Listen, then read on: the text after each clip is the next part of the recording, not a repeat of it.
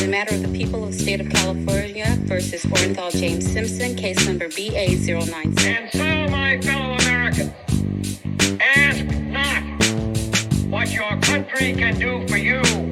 Ask what you can do for your Recording the country. computer. There we go. And we're off.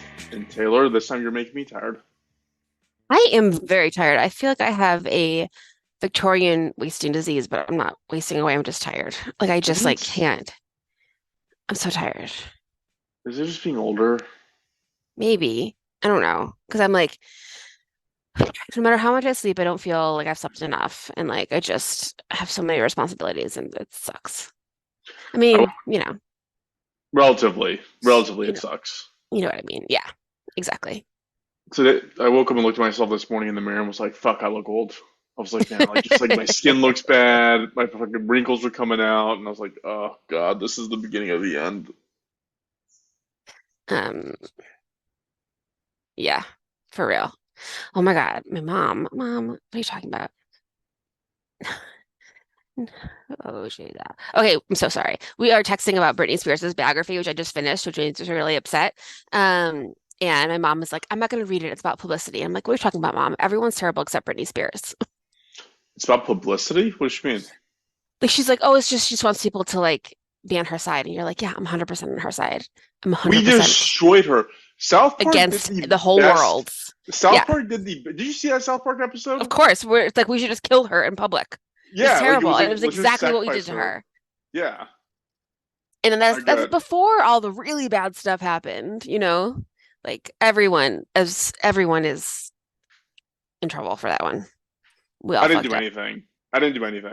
You were there. You didn't say anything. No. Oh God, I could have saved Britney. So it's everyone's fault. Where did you see the doc? No, I read her book. Oh, okay.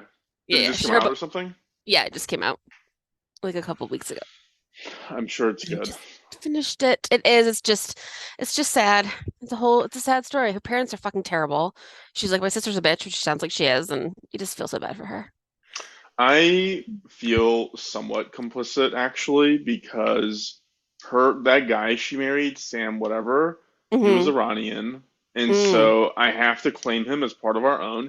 And when it started, I was like, don't do the thing where you just get married to someone for their money and fame and then take it from like, just please change the dynamic of Iranians in this country, please. But he didn't. Well, I don't think there's an Iranian stereotype of you guys marrying famous people for money, is there? I would marry a famous person for money. Well, yes, it doesn't mean like all of your people have that stereotype. If I do it, it is edict. No, I think he seems nice. Like he was kind of weird that he was there when she was under her conservatorship with her dad, but they got divorced after, like right now they're getting divorced, and he's like, I wish her the best. As opposed to Justin Timberlake, who turned off all of his Instagram comments because everybody wants to see him sent to the moon. Wait, hold on. Said how he was the worst. They dated for like he married her like for like a year, like not even that. It doesn't make you a bad person. Well, I guess they did it for quite a while. Yeah. I guess they first met in 2016. They got engaged in 21. They got married in 22. Oh, you know what? Hold on. So the two got engaged in September 2021. Before marrying, Ashgari and Spears signed a prenup agreement to protect Spears' estimated $60 million fortune. She was pregnant with her third child and Ashgari's first. I mean, I know all this. Oh, okay. Well, he's not, okay. So he wasn't after her for money. Okay, fine. No, he's not a bad guy. Well, stop being prejudiced. Where's my people then? Damn it! Not like the rest of those Iranians always marrying people for their money. I've heard that from several places. Barbara Streisand, I'm coming for that gold. Anyways, here we are now. Are you drinking, Taylor? I'm drinking ginger ale, which is part of my theme because it's like not as good as actually drinking, and then I will get some wine when it's your turn. Is my plan. Oh, so should I have wine while it's your turn? If you want to. You don't have to. Do I have to? You can wait. No, you don't have to do anything. All right, fine. I'm gonna wait. Did you do our intro? Oh yeah, sorry. Welcome to Doom to Fail. This is This is Doom to gonna be fine. Fail. Okay, I'm gonna put my phone down. This will be a long one. Okay, I want to This will open be a my ginger pretty ale. long one. Go. Welcome to Doom to Fail, podcast where we cover two relationships that were doomed to fail, one historic, one true crime. I'm Fars, joined here by Taylor. Taylor is going to go first today. We were just having a bunch of banter and forgot that we were supposed to be doing a podcast because we are actually friends in real life, people. Taylor's not faking a friendship. I'm not No, making Taylor up as a friend. She's a real no, we're friend. We do brothers, talk not to each AI. other. Yes, She's it's true. real. Text sometimes. It's true. It's true. Yeah, just, we're Team Brittany, and I can I think speak for so. both of us. Yeah. Why do we want to send just? I saw that you posted something on Facebook about all kill Justin Timberlake, and I was like, I why do said we let's hate throw him Justin into the Timberlake? sun. Well, he That would threw kill out him though. he well, I know, but he sucks. He said that he got really famous on the idea that like she was terrible and he was like this like slighted person when he did tons of bad things to her. Like he cheated on her a ton before, you know, he like released his Cry Me a River song. He just like did all this stuff. And then he also made her have an abortion. Like it was ultimately obviously her decision because she did it, but she like didn't want to. She got pregnant when she was 19 and he didn't want her to do it. And so instead of like taking her to a doctor, they had her take it was early enough that she could take like an abortion pill. So she was like on the floor of the bathroom, like bleeding and crying and in a ton of pain. And he brought his guitar in and sang her songs to make her feel better. And I've just never felt more intense rage in my whole entire life against anything more than I have against 19-year-old Justin Timberlake with a fucking guitar being like, no, no, no, no, no, no. Sorry that you aren't having a baby anymore. Anyway. It Okay, infuriates me. counterpoint.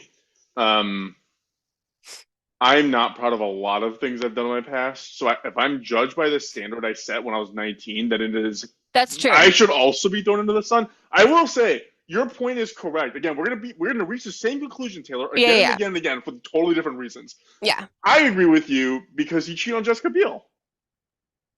Yeah. Well, she sucks in her own right. Because she was like, she does anti-vaccine videos with RFK Jr. I don't know if I've never seen that. Do I Well, she's trust done your them. source? Yeah, it's the world. It's the internet. The Jessica Biel. world is the internet. Um, so We're gonna anyway, fact check. We're gonna fact check Taylor in real time, I will. Biel, RFK, who is now running as an independent. which is She gonna be lob really interesting. she lobbied with vaccine anti-vaxxer RFK Jr. To review like anti-vaccine bills. And then she says, I'm not anti-vax. Well, okay, well, you could make a video with anti-vax rallies. Jessica Biel lobbies with anti-vaxxer Robert F. Kennedy Jr. Don't pretend that you're not when you are. She lobbied against a bill for vaccines for children. And it was one of those ones where it's like parents should make those decisions. And you're like, no, they shouldn't. The doctor should. What are you talking about? Wait, it says Like, the bill it would limit medical exemptions from vaccines without approval from a state public health officer. So wait, the state wanted to pass a bill, or whatever house wanted to pass a bill to limit medical exemptions from vaccines without approval, and so she was trying to reverse that or go counter to that. So in that situation, it wouldn't so limit medical exemptions from vaccines. the bill was trying to limit medical exemptions. So she would say, like, I think she wanted to make it easier for people to say no to vaccines, is the answer. Interesting. Um, anyway. Anyway, they have enough press. They don't need us. They're dumb. Who cares? I would like to hang out with them. I don't know. If they said they wanted to come on this podcast and do an interview, would you say no? No, of course not, but they're not going to do that. So why does it matter?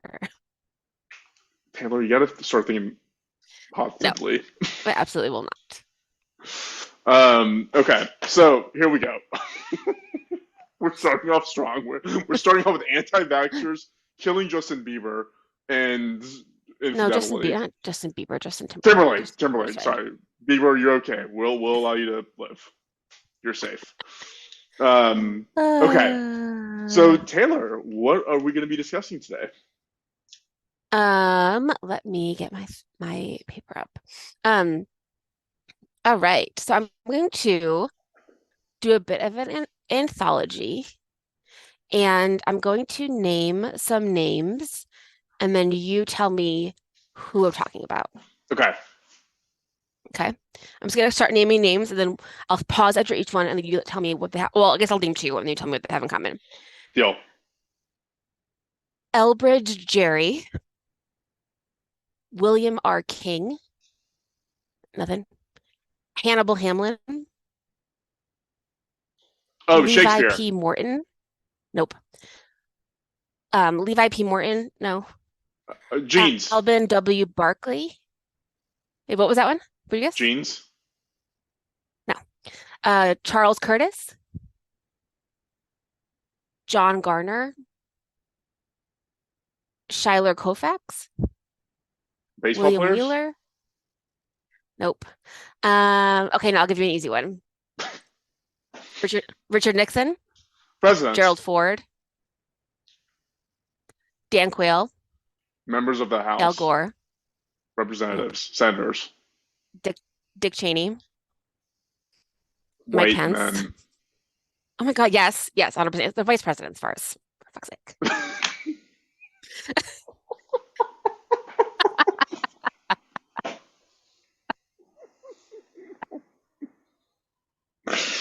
You started with Nixon, man. You started with Nixon. I was going into ones that like were more famous vice presidents, like Al Gore is famous for being a vice president. Who the hell was Nixon the vice Anyway, we're president? talking about I don't even know he was the vice president of anybody. Yes, he was Eisenhower's vice president. And did you know that Nixon's daughter married Eisenhower's son, or opposite? Oh, that's cute. Daughter's son.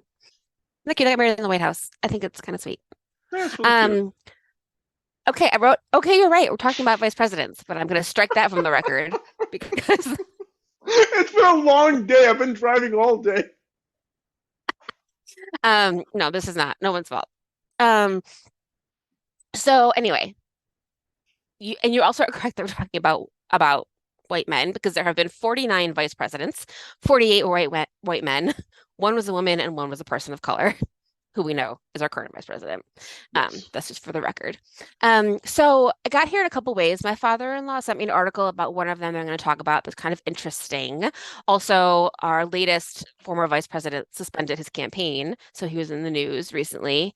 And I was also reading this book to the kids, which is The Day in the Life of Marlon Bundo, I've seen this which book is before. about, yes, it is about Marlon Bundo, who is Mike Pence's bunny, but it is written by John Oliver. And in this book, Marlon Bundo meets a boy bunny that he wants to marry, and a familiar looking stink bug says, no, they can't get married. That is very good, Mike Pence. Anyway, it's a lovely story about marriage, and this is a vice president's house, which we're going to learn about because Yeah, it's a special the house. Naval Observatory. Exactly. So of the 49 vice presidents, I'm going to tell you about 5 of them. Aaron Burr, Millard Fillmore, William Rufus King, Henry Wallace, and Spiro T. Agnew. Cool. Ooh, Agnew's a fun one. I don't really know much about him, so I'm going to need you to help me with that because I have some stuff, but I'm going to need a little bit more. So here's some other interesting things about vice presidents. The word vice in this context is Latin for in place of. So vice president is the person who can be in place of the president. Originally, the vice president was a runner-up to the president in voting, which is terrible. And of course, that didn't work. Because, like, why would you Wait, in the general election? Yeah, I mean, not like there were a ton of people voting in like 1776 or whatever, but and the original thing was the vice president was just the runner-up, which is how John Adams got to be the vice president. I kind of like that. But they're never going to do anything because they're not going to get along. That's true, but they mostly historically have never gotten fuck that along. guy. Well, Yeah, yeah, no, I get that. What I'm saying is, like, I like it in the sense that it like takes away the power of the parties in a pretty big way, which is always a good thing. Yeah, totally. So the 12th Amendment that was ratified on June 15th, 1804, revised the procedures of how the president and vice president are elected and added that they're elected together. So it didn't last long that they were separate, but now they're like on the same ticket after 1804. The vice president is the tie-breaking role. So in the case of a deadlock in the Senate, they can vote. John Adams's title when he first became vice president was His Excellency, the Vice President of the United States. But no one else said that ever again. They just said vice president because that was a little much. Stupid. The vice president takes an oath of office, just like the president does. They have some perks. The vice president's residency, as you said, is the Naval Observatory in Washington, D.C. Have you been there? I've never been there. I Okay. don't even know where it I is. feel I'm like assuming it's close to the White House. I'm really proud of you. I feel like you like knew a lot about it. It's located on the grounds of the United States Naval Observatory. It's a 33-room Queen Anne style home, and it's been the official residence of the vice president since the 1970s. Before that, they could live wherever they wanted, but now they live in this house. Which, like, I'm Um, sure they love. I'm sure they love. Kamala Harris didn't move into it until a couple months into her term because she had it renovated. I I would Also, totally get definitely because that. there was definitely because there was a bunny living there, which is probably gross. Wait, what? Well, we know Marlon Bundo lived there Oh, before Kamala Harris lived there. yes, of course, of course. How do you get it Um, fumigated? yeah, exactly. So just like the president, the vice president has 2 terms in office. This is part of the 22nd Amendment, which they was passed after FDR died, where you really can't, you really have to only do it 2 times. The first vice presidential debate occurred in 1976 between Walter Mondale and Bob Dole. And then in the event of the president's death or inability to perform, the vice president is the first in line, which you know. Yep. And then there is only temporary until the next election. 16 of the 49 vice presidents have gone on to become presidents. Those are John Adams, Thomas Jefferson, Martin Van Buren, John Tyler, Millard Fillmore, Franklin Pierce, Andrew Johnson, Chester Arthur, Teddy Roosevelt, Calvin Coolidge, Harry Truman, Lyndon Johnson, Richard Nixon, Gerald Ford, George H.W. Bush, and Joe Biden. Do you remember in the eight, oh God, who knows, in the 90s or when George Bush lost to Clinton and SNL had that skit where Dana Carvey would play him and he would cry and be like, I'm a one-termer. Do you remember Oh that? yeah. Dana Carvey was amazing as George Bush. Oh my Read my God. lips, So no new good. taxes. That's what did him in. The whole no new taxes thing did him in. Yeah. Oh my gosh. So 8 of those 16 were due to the death of a president. The first was John Tyler became the 10th president of the United States upon the death of President William Henry Harrison. I think William Henry Harrison died because there was poop in the water at the White House. It Ugh. was just a bad time to be alive for water. But no one really knew what to do. So at first it was they just were like, okay, then John Tyler can like, kind of help for now. But now then they changed the Constitution, and now there's the 25th Amendment that says, in case of the removal of the president from office or of his death, resignation, or inability to discharge the powers and duties of the said office, the same shall devolve on the vice president. So now it's official. But John Tyler was the first. That was in 1841. Millard Fillmore, Andrew Johnson, Chester Arthur. Andrew Johnson, I feel like it would be hard for me to guess the name of the person who became president after Lincoln died. It's Andrew Johnson, but like I would never remember that. He's on Did you know the that? what's he on? He's on a bill. No, that's Andrew Jackson. Ah, that's how Oh, they yes, get you. Andrew That's how Jackson. they get you. Yeah. Teddy Roosevelt, as we know, Calvin Coolidge, Harry Truman, and Lyndon B. Johnson all became president after their president died. There's been some times when there was no vice president. So like when Gerald Ford became president, there was no vice president for a while. They didn't just like bump someone else up. So there's been cases where there aren't any. Gerald Ford is Um, like the most interesting ascension to president in the history of this country. I know, I know. It's a whole thing. We could talk about it at a different time for sure. Well, I'm sure we're There's gonna so talk much. about it because you mentioned Spiro Agnew. Like if Spiro Agnew didn't go through what he went through and then Nixon didn't go through what he went through, there would be no Gerald Ford. Hmm. Like it was just criminality that caused him to Totally. become president. Yeah. And I'm going to say this later when I talk about Agnew, but I just think of Futurama where Agnew's like I that know, body and I Nixon know. is the head. It's so And then good. there's Oh my God, there's one where like all the presidential heads are in like a storage closet. I mean, they're talking about voting, and Gerald Ford's head is like, I don't really think voting is that big of a deal. And they're Yeah. like, oh, shut up, because they don't vote for your president. Oh my God, it's so funny. So, um, okay, so let's do some fun facts about these five vice presidents I just kind of pulled out of the list of vice presidents. So first, there's Aaron Burr, who um, he was the third vice president of the United States. And I've said this before, but I had a fucking terrible US history teacher. And like, I didn't know any of this until Hamilton came out. Like, I just like Yeah. didn't know. And I'm like, how can you make this part of US history boring, you piece of shit? So, um, also I was doing some like AI about the these guys for for our social media, and I couldn't get AI to give me Aaron Burr without giving me Leslie Odom Jr. Like, it gave me the actor who played him. Like, it wouldn't give me like a old white man. It was giving me this like handsome young black man. So I was like, okay, I'm gonna have to do this a different way with AI. Did you see Hamilton? Guess what my answer is. I don't know. I feel like sometimes you're like, oh, I'm maybe you're dating someone who wanted to do something cultural for a minute. I don't know. That I never dated anybody that. So here's the thing. First off, it's a play. Second off, I have to see it. So like those two things do not drive my lifestyle, and so no, I've not seen it. I think you'd really like it. That doesn't make sense. But anyway, so Aaron Burr was born February 6th, 1756 in Newark, New Jersey. He came from a very religious family. He studied law at Princeton. His family was like ministers, etc. He fought in the Revolutionary War. He distinguished himself in the Battle of Quebec on December 31st, 1775. He attempted to recover a general's corpse, and that got him like accommodations. He was in a battle in Manhattan in 1776, and he should have been commended. Washington was the general he was under, but Washington didn't like commend him or talk about him, and that he was really upset about it. He was always like a little bit hurt by it. He's always like kind of on the fringe of being like a part of the founding father group.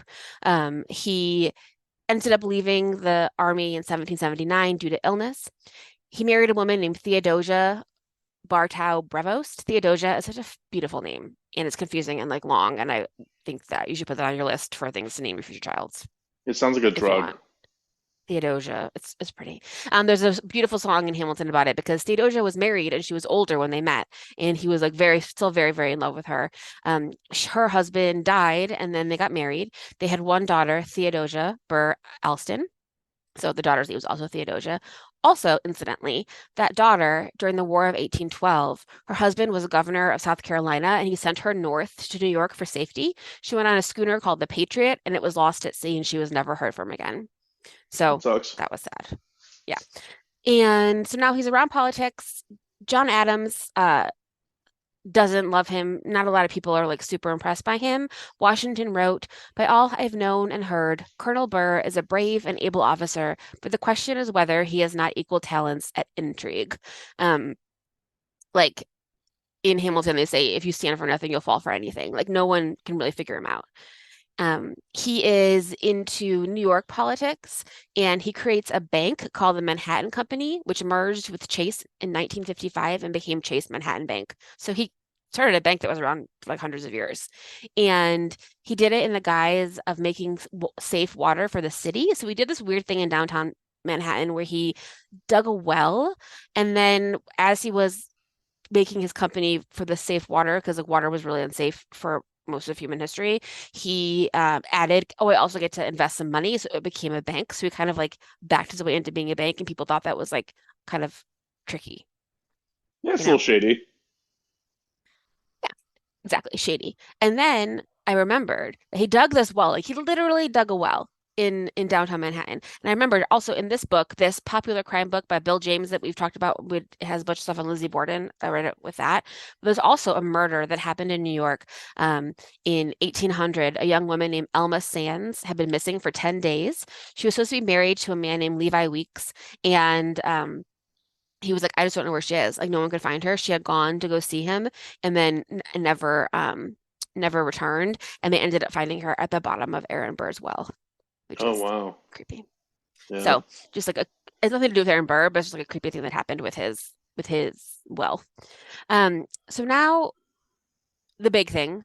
In 1800, Aaron Burr runs for president on the same ticket as Thomas Jefferson, but not together. So that it's like they're both the same party, but they're running kind of like for president at the same time. But this is before that rule, so they weren't running together. They were like both running, and they're somehow tied. But then Jefferson ends up winning, and he just does not like him. Um, he wasn't. Aaron Burr was not asked to be vice president again. He did run for governor of New York. It sounds like he was like really idealist, but just like not trustworthy. People just like didn't trust him. And then of course there's the thing with Hamilton. So Hamilton was in the middle of a scandal because of an affair, which is like the whole second act of Hamilton, the musical. And they go back and forth in the papers, like talking shit about each other. And Burr challenges Hamilton to a duel, which is legal in New York City and less legal in New Jersey. So they do it in New Jersey. It's like still legal, but not like super legal. Um, Oh. they both shot once, and Hamilton died in New York like the next day from being shot in the gut, like through a spleen out his spine. It could have been that the sun was in Hamilton's eyes. They had different guns. Someone said that Hamilton actually had like a trick gun. Maybe Hamilton just shot his gun into the air. Who knows? But either way, Aaron Burr runs away to South Carolina and makes it back to finish his job as vice president. So he was still vice president when he killed Alexander Hamilton. That's incredible. Isn't that incredible? But it's very Dick Cheney of him to shoot someone while being vice president. But that guy didn't die, right? Do you remember when He that? did kill that guy. No, he didn't. No, not only Taylor. Not only did he not die, he went on national television apologizing to Dick Cheney for getting in the way of his bullet. It was incredible. He had just gotten released from the hospital, and they were hunting like pheasants, and so it was like a buckshot, and so he just got released from the hospital. He just had pelt marks all over his skin from Oh where my the God. bullets penetrated. He's like, I want to apologize to the president. This is not his fault. I brought undue attention to him. It was incredible. That's amazing. I love that. I love that. So Aaron Burr didn't stop being vice president until March 2nd, 1805. And he had a farewell speech that was like, people were actually like, make some good points. He just kind of sucks as a person, like it just like wasn't going to work. After this, he ended up going west. He tries to help Mexico overthrow Spain, which is technically treason because we had a deal with Spain for the Mexican territory.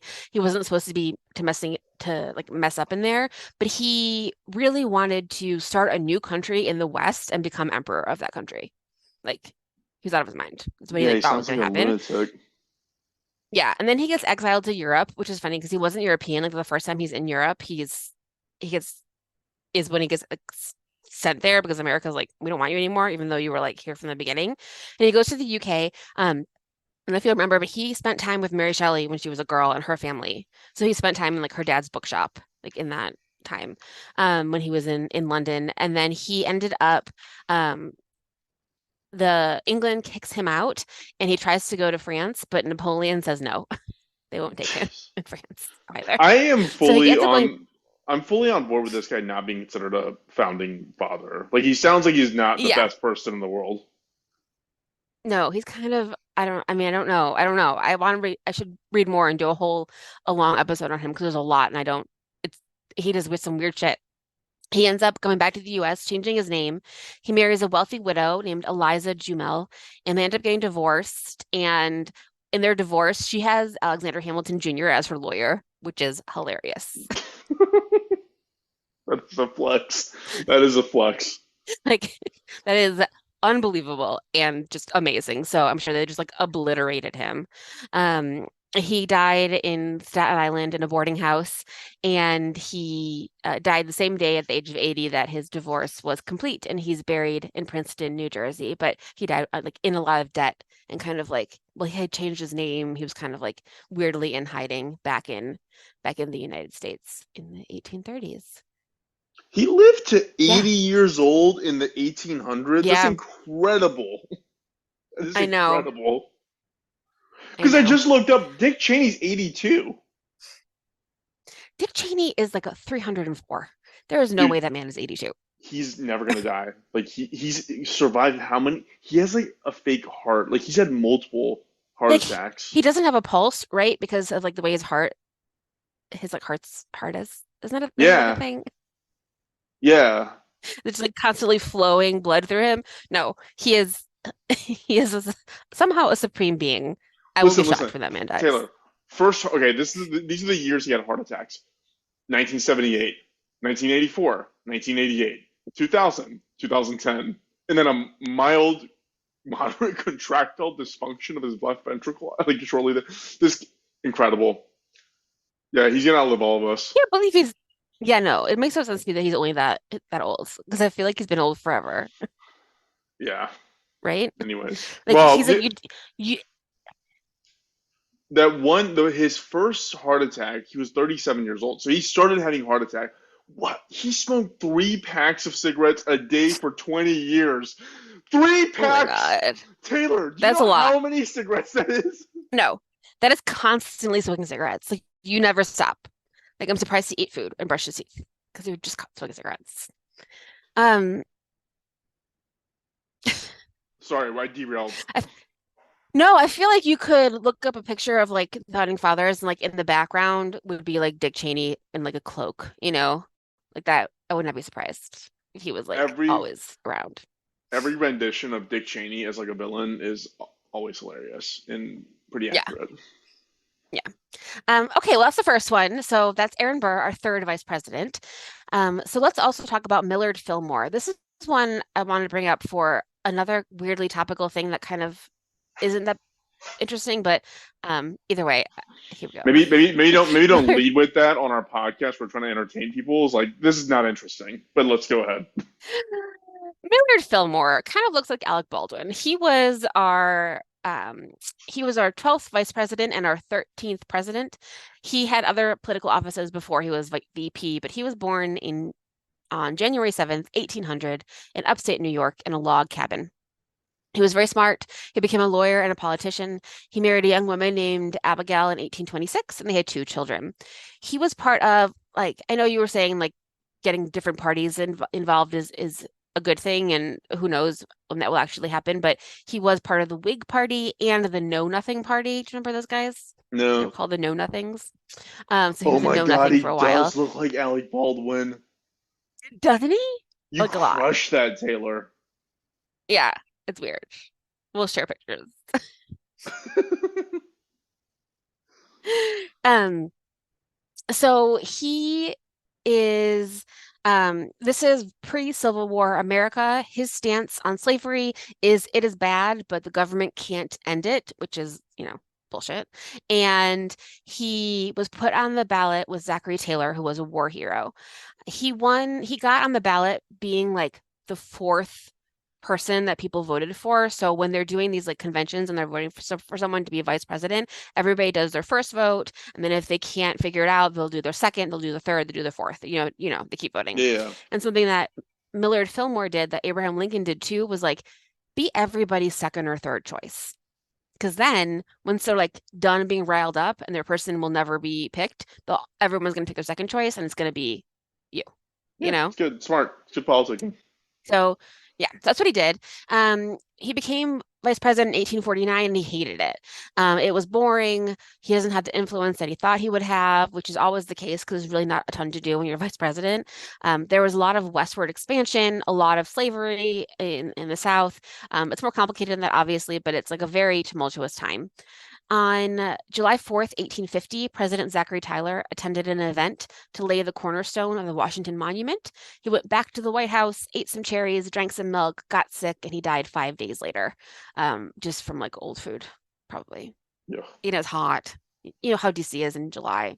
No, yeah. It's like so humid.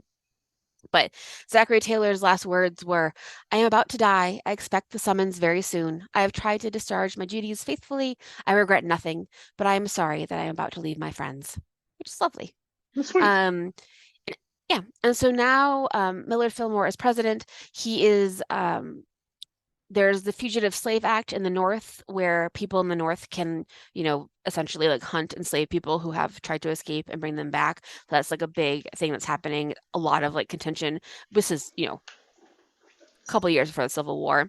There's stuff happening in Mexico and California that there's annexing, there's all those things. Napoleon is trying to steal Hawaii on one side. So all this stuff going on. And this is the thing that I think is interesting and that I think I've said before, but he really was excited about like Millard Fillmore really was excited about like the rest of the world and like thinking about expansion in like a big way. So he sent the first expedition to Japan in 1853. They landed there 4 months after the end of Fillmore's term, but they were the first like Japan had been like not colonized for a very, very long time. Yeah. And this was like the first really like group of white people who had gone there. And the reason that I wanted to bring it up is because that was the one where the captain's name was Matthew Perry. And Oh. I don't know, I think that's funny. And then also Matthew Perry just passed away. So I think it's fun. The two Matthew Perrys are the captain who went to Japan for the first time, and then our friend Matthew Perry. Yeah. There's also an Austro-Hungarian war happening. He doesn't want to do it again. Millard Fillmore doesn't run for president again. Franklin Pierce becomes the president. People mark Millard Fillmore as one of the worst presidents. It sounds like he just like it was more than he wanted. Like at first he was like, "This is cool, a lot of power," but then he was like, we are right before the Civil War. Like I do not want anything to do with this, kind of Yeah. that way. Kind of reminds You me know, of Truman. yeah. Yeah, but I think Truman had even more, obviously, responsibility in like a weird way.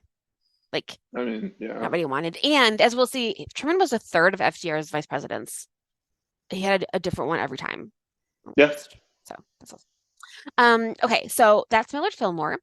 Another one will right directly after him was under Franklin Pierce. The vice president was William Rufus King. He was the 13th vice president of the United States. He was only vice president for about 6 weeks until he died. He was the third vice president to die in office, so he wasn't vice president for very long. But William R. King was born on April 7th, 1786 in North Carolina. He was Southern, so Southern during this is again right before the Civil War. He was elected to Congress at 24. You have to be 25 to be a member of Congress, but he was elected and then his birthday happened and then he started, so it was okay, which is cool for a young person. He loved Andrew Jackson, which we know is gross because Andrew Jackson from the $20 bill is like Trail of Tears Andrew Jackson, like very not good. Yeah, I remember with Andrew Jackson. So the whole thing was Lincoln wouldn't have been able to get elected if he didn't have Jackson or something. Like he needed someone that was like more on the racist side to like appease people. Wait, are you talking about Andrew Johnson again? Damn it! We're not talking about Andrew Johnson. I'm talking about Andrew Jackson. Sorry, who was move the on. president. Yeah. Move on. Okay. So, when Zachary Taylor died and Millard Fillmore became president, William Rufus King became the president of the Senate. He was pro-slavery. He argued that the Constitution was pro-slavery. He was full on a Southern guy as far as the Civil War goes. He became ambassador to France. We spent some time in Europe. He may or may not have tried to marry a princess of Prussia, but that didn't work out. But interestingly, this is the interesting thing about King. He never married, but he did live with James Buchanan for 13 years. And Really? what we know is that they were like together. James Buchanan was president. He was never married. He was engaged to someone when he was younger. She died, and he never pursued a woman again. Do you want to know? It's so weird that you just said that. So I looked up the list by U.S. News of like the worst presidents in American history. Guess who number one is? Who? Andrew Jackson? James Buchanan. They They ranked as the number one worst. They said he refused to challenge either the spread of slavery or the growing block of states that became the Confederacy. They argue that he was a big reason why we fell into the Civil War to begin with. Makes sense. Yeah. Which is but while he was doing that, he was living with King. And James Buchanan referred to their relationship as a communion. Andrew Jackson, who again isn't great, but he mockingly called them Miss Nancy and Aunt Fancy because they like dressed really fancy. And that was sort of a 19th century euphemism for an effeminate man. He was calling him another gay. person. Yeah.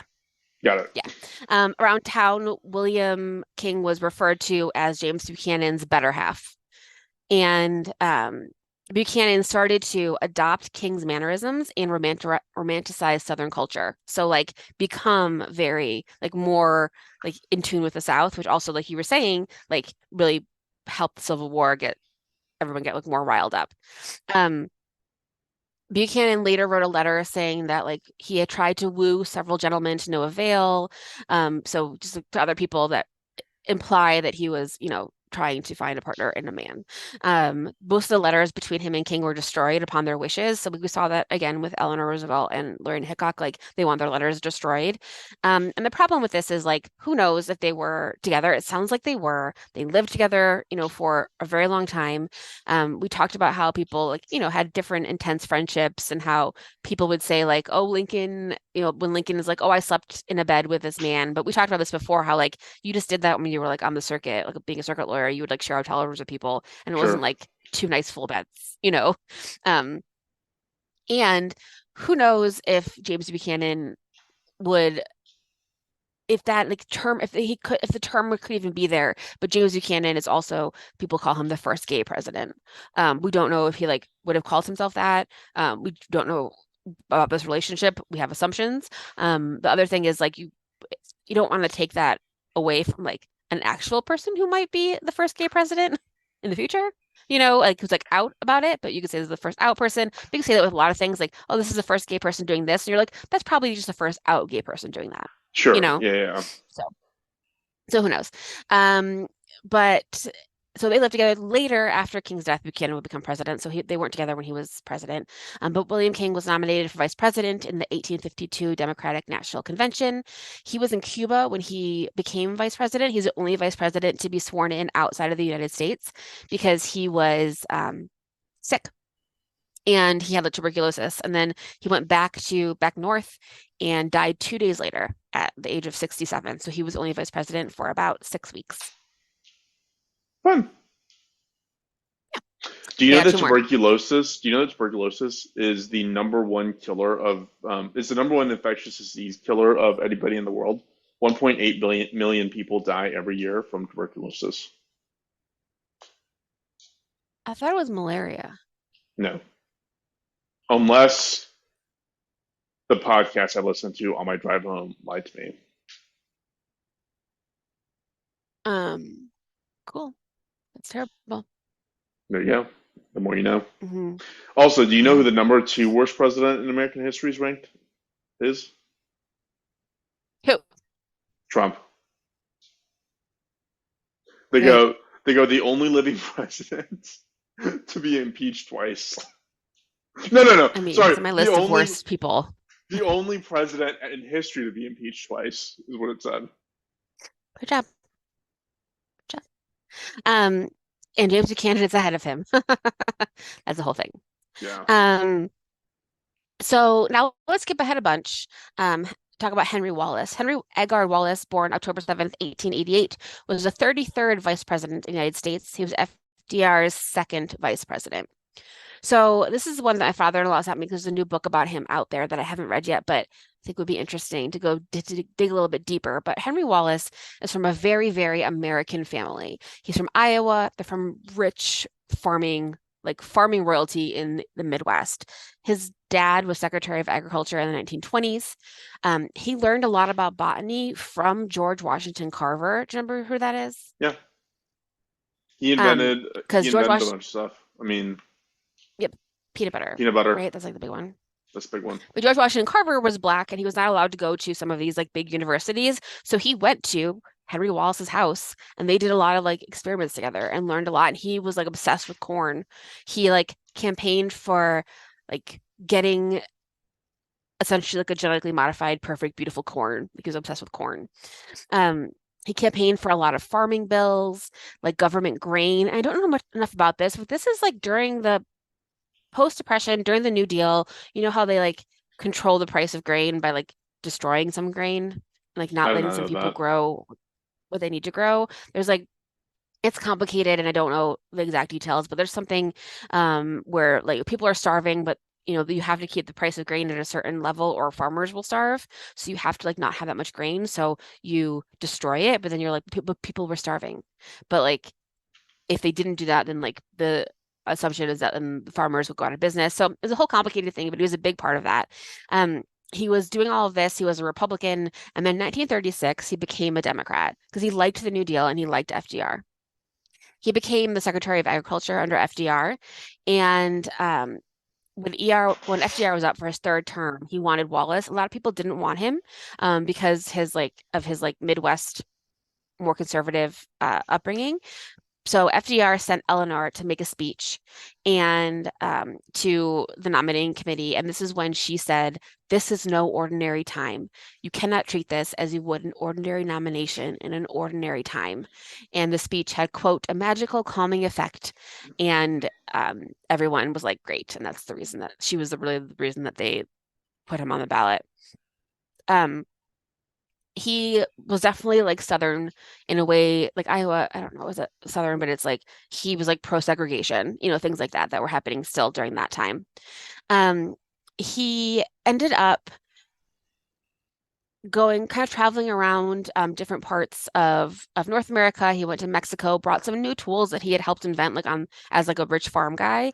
And he ended up hiring a man named Norman Borlaug to run this thing in Mexico where they made it easier for Mexican farmers to harvest. And that man ended up winning a Nobel Peace Prize and credited with saving 2 billion people from starvation. So Whoa. the stuff that he did with agriculture is a big deal. He really modernized it because it was stuff that an American farmer could do in an hour. It would take a Mexican farmer 12 hours by hand, and he brought them that technology, which is cool. He was a very active vice president. He was on the board of economic warfare, the supply priorities and allocations board, which was deciding what we sent over to Europe. He was in a top policy group that became the Manhattan Project, and he became a liaison between the Manhattan Project and FDR, tell them what they were doing. On May 8th, 1942, he delivered his best remembered speech, and he said, "World War II was a war between the free world and a slave world.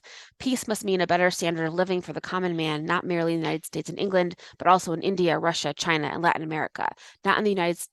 Not merely in the United Nations, but also in Germany and Italy and Japan." So really being everyone should be equal. We should all have rights. And that ended up, of course, turning him into someone who liked communism. Oh, Do you see God. that? How we got there?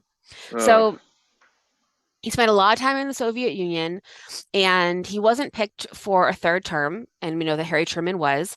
And he continued to deliver speeches after he got home. One thing he said that I think is pretty on point is there was after the Detroit race riots in 1943, he said, quote, "We cannot fight to crush Nazi brutality abroad and condone race riots at home." So I think that's fair. That's we good. have to cut this out. He was religious and a little bit pro-Soviet. He swore Truman in as his successor, and he became Secretary of Commerce. Truman said that the two most important people on his team were Henry Wallace and Eleanor Roosevelt. They helped him get through everything he had to get through. But the other thing that he started to do was get more and more and more and more left, super left. After the war, he wanted to just leave the Soviet Union alone and let them do their own thing. He ran for president in 1948 under the Progressive Party, which was a new party. The Communist Party of America endorsed him. And like all third parties, he got 2.8% of the vote, and Truman became president. In the 1950s, Leslie Groves, who you'll remember from the Manhattan Project, he said that he would not tell things to Henry Wallace because he didn't trust him. He thought he was going to tell it to the Soviet Union because he liked it so much. That's not good. And then here's the other weird thing is he was raised a Calvinist and a Presbyterian, but he dabbled in mysticism. So he spoke with astrologers and mediums, and he wrote letters to the Theosophist Nicholas Roerich, who was from Russia. And he would, it was kind of he was a little bit Rasputin-y, like a weird Russian mystic that would talk about past lives and all these things. And he really was super into it. And he told people that he was super into it. He did send this guy on a bunch of missions all over Asia to find different plants that they could harvest, but a lot of it ended up in fraud, and a lot of it turned into just these trips to learn more about communism. And he so he did that, and people sort of like backed away from him because of those like really, really left-leaning feelings and like the weird mysticism thing. He was like, yeah, he's like, I'm a little bit mystic, but like, aren't we all God? This is great, which is like He cool, but people really just weren't ready for that. he really went the Charlie Manson route. Yeah, people weren't ready. And you know, when I was reading about him, there's some questions like, would there have been atomic bombs? Would there have been a Cold War um, with Henry Wallace? Or and like another flip side, like would communism have spread to more of the Middle East, to more of Europe, with him as well? So there's like it's you can speculate what would have happened if he had become president, but it's a near miss in like some other direction, Yeah. Um, and Henry Wallace died of ALS in 1977, so he lived a long time as well. Huh? And then finally, let's talk about Spiro Agnew. And I need you to help me finish it because I don't have the ending of it. Hopefully you know more than me. Um, or I only know him from Futurama, you know. Um, as just a body that goes somehow. He's just a body. So I don't know how he even makes noise. But Spiro Theodore Agnew was born November 9th, 1918 in Baltimore. He was the 39th vice president. He was only the second to resign. I think Calhoun resigned a while ago, but I don't remember why. His dad was a Greek immigrant. During World War II, he went to Europe. He was in the Battle of the Bulge. So he was, definitely active during that time. He was a Democrat, but a lawyer told him that he'd have a better chance in politics if he was a Republican, so he switched parties. He was very big in Maryland politics. He was the governor of Maryland, the district attorney. He said some things that were like kind of racist No. towards Black people, towards he's used some derogatory terms towards other peoples. That wasn't great. He initially supported Nelson Rockefeller for president, but when he dropped out, he nominated Nixon at the RNC in 1968. There was a commercial that that ran, and I wonder if I can find it on YouTube, but the commercial, it just would say Agnew for vice president, ? And then it would just be like laughing for a long time and then coughing. And then it said, this would be funny if it weren't so serious. Yeah. A lot. But they won and he became vice president.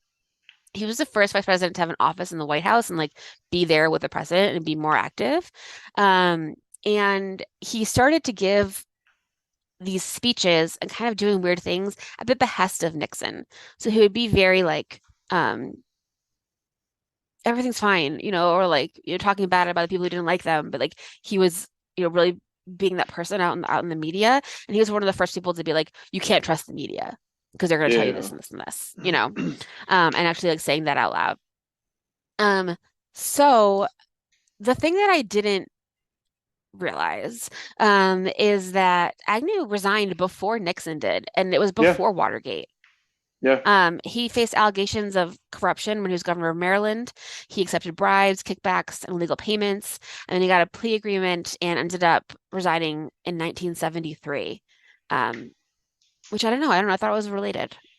No, it was. Tell me what you know about Spiro. Well, I know that he was mostly like a non-entity in terms of his role in the presidency, except for the fact that he basically did his best to conjure up all the worst instincts of Nixon, which had mostly to do with paranoia around getting fucked over by other people, because Nixon was just historically known as like, I'm not good enough. Nobody thinks I'm good enough, but I'm good enough. And like he had just had one of those mentalities, and Spiro kind of played into that a little bit. Yeah. And then yeah, like he resigned way before anything happened with Whitewater. Gerald Ford was Speaker of the House at that time, which is now a role held by Mike Johnson, which is its own separate story. Third in line. Third in line. Know. Now we know. And Gerald Ford's head being like, votes aren't important. Yeah. You know what's funny though is because we're talking about presidential politics, like I was just listening to. Do you remember Steve Schmidt? No.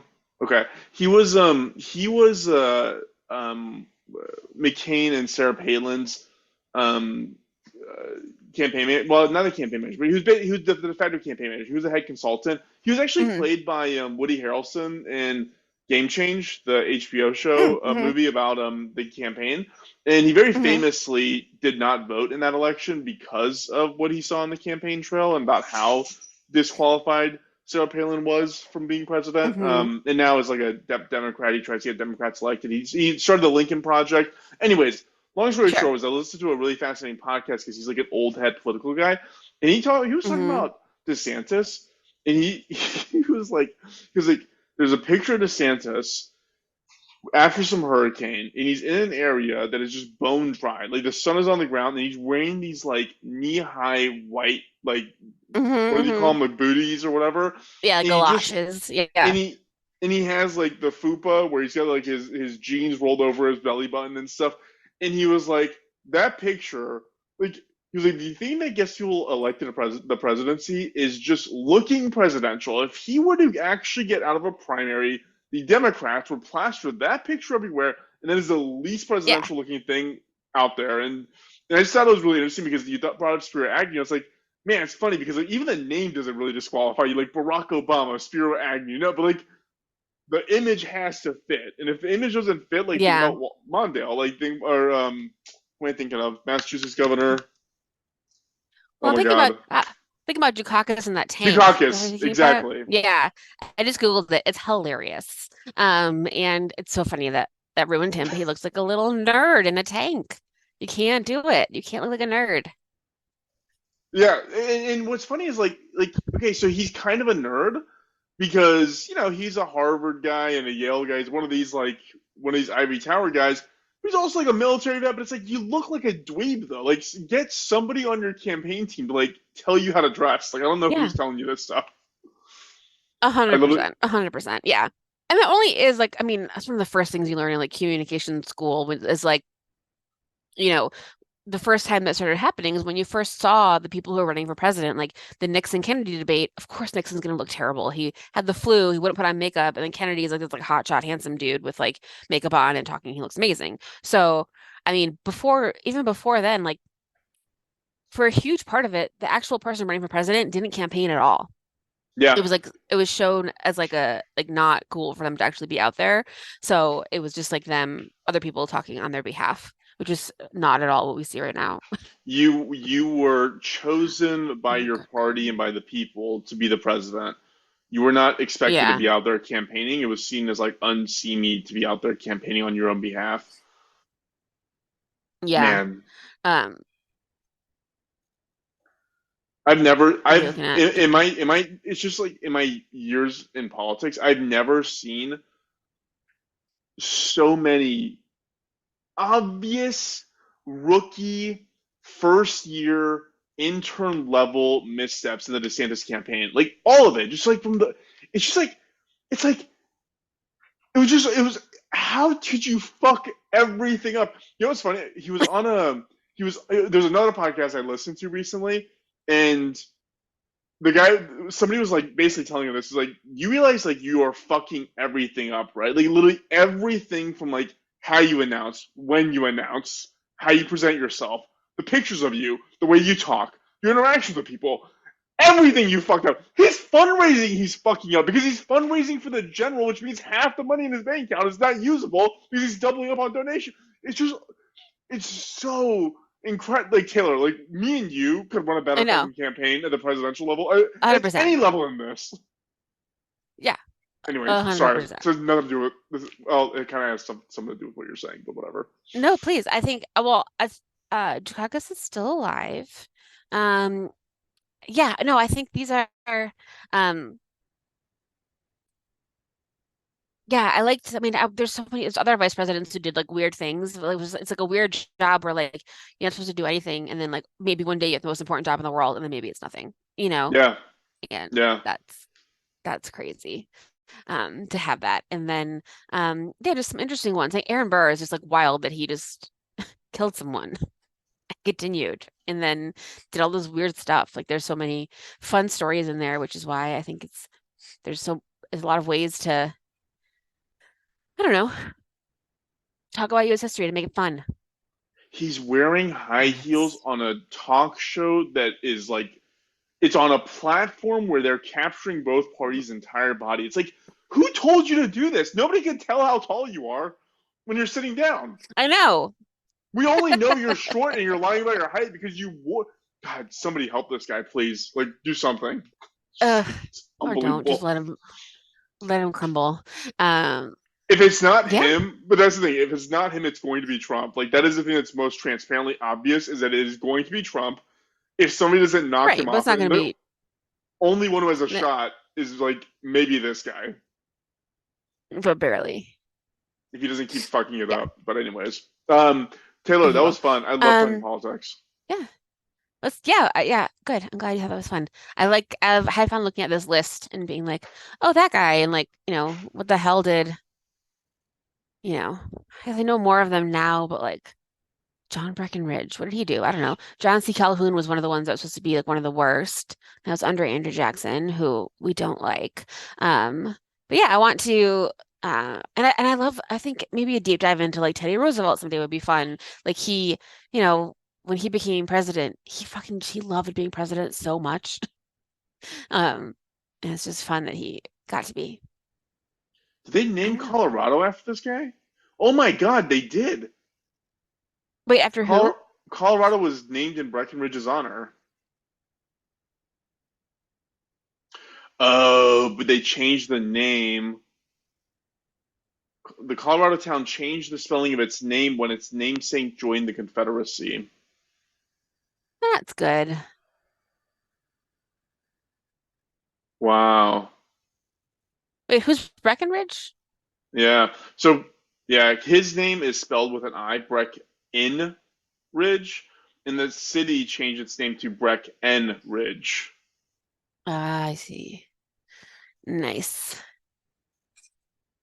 He was vice president under James Buchanan, who, and then after that was Lincoln, and then Hannibal Hamlin. I mean, I don't know anything about Hannibal Hamlin. It sounds like he was Andrew Johnson. I don't know. So anyway, there's a lot to learn. Next year is going to be so fun. Oh my God, I cannot wait. Presidential years are so fun. Oh my God, my kids are excited. They're like, when is it? When is election? I'm like, it's in a year. And they're like, okay, I don't know. It's fun. Taylor, what do you think is going to happen? 'Cause we're coming at it from different perspectives. What do you think? What do you think is going to shake out? I'm hoping that RFK splits some of the Republican vote. I don't believe in third parties. I think that like I get that people are sick of two parties, but like there's no third party fucking governors, like you can't do anything. A third party president's going to do absolutely fucking nothing. So there's no point in having one until they get a following in other ways. So I think it's going to be, I don't know, hopefully, I don't know, it's going to be two old guys after each other. And if Trump wins, we're even more fucked, especially women and gay people, and it's going to be terrible. They're going to try to get rid of a lot of things and make it more religious, which is so stupid because Trump is like, if Trump believes in God, I'll eat my hat. Trump does not. It's not He like a obviously does not. religious pious man. Obviously does not. Um, I so it'll have be had terrifying and it'll be a lot of things. I have had thoughts that like Trump could have probably been one of the best presidents if he wasn't such a fucking dipshit because he could drag the Republican Party wherever he wanted. When he wanted to do criminal Yeah, reform, that's what the Democrats have always wanted. He was like, oh, okay, criminal reform, all right, we'll do that. And like all these Republicans, like, whoa, we have to go along with this, and like they did. Like Trump could have came out and said universal health care for all, and he could have done it because he would have dragged the I party with know. him. It's just like, dude, you had so much power. Like you could have done so many great I things. agree, totally agree with that. You're like Yeah. arguing about your crowd size and like Like, what are you doing? Remember when he raised the smoking age to 21 and like no one talks about it? I did seriously, I didn't know that happened. Yeah, it's not weird. It just like happened, and then like he was like, "Yeah, people should smoke," and you're like, "Yeah." So he raised the age, and you're like, "Okay, That's that makes fine. We sense." can we can live with that. That's what I'm But like, saying. it was just Like so he could weird. literally do Yeah, anything. He could give amnesty to whoever he wanted. He but could fucking all of he's a it. fucking narcissist. He just can't do it. Yeah, I don't Ugh. know. It's bad, and I don't like any. I think it worries me, um, for basic human rights shit. Yeah, I think from where I'm sitting, I think that the most likely outcome is he ends up winning, and that's the most likely Trump, thing that's going to happen. Yeah. you don't think he's gonna go to jail, or Do you think him going to jail will preclude him from winning the presidency? how can that possibly be? And Because I know I've that I'm been amazed over and over again by this, but like literally, how could that possibly be something that could happen? because it's not even about the party or the country. It is about him as a person. Like this is cult of personality shit. Like this is And he's the worst of the people. and and to that they would say, well, that's what the establishment wants you to think. He's trying to fight against the establishment. I know because I spent a lot of time reading about like Iran's revolution and reading about the Ayatollah and was like, this sounds just like here in Trump. I was like, this literally sounds the exact same. Well, everybody Anyways, vote in your local elections. Those are also very, very important. yes, everybody vote. If you believe in third parties, then fucking run for city council on a third party ticket. Like do something else besides like every 4 years splitting a vote. Yeah, I mean that's the thing. Like the good thing about RFK is who knows how it'll split. It'll split as many Republicans as it will Democrats. Like it would actually be like the most even balanced split party thing I think out there because so many people are like because he is a Kennedy, so he's part of the Democratic establishment, but he's also like an anti-vaxxer, so he's part of the crazy wing, and like I don't know. I love that all of his siblings are like, he does not represent our father. They like wrote to the paper and they were like, we do not support him. We do not endorse him. He's against everything our father stood for. Yeah. Which is lovely. We'll see. We'll see what happens. Taylor, we got to cut this off because we're going to run into a 2 hour long podcast if we don't. Okay, I'm gonna get wine now. I'll be back. Wait, Okay, wait. Follow us.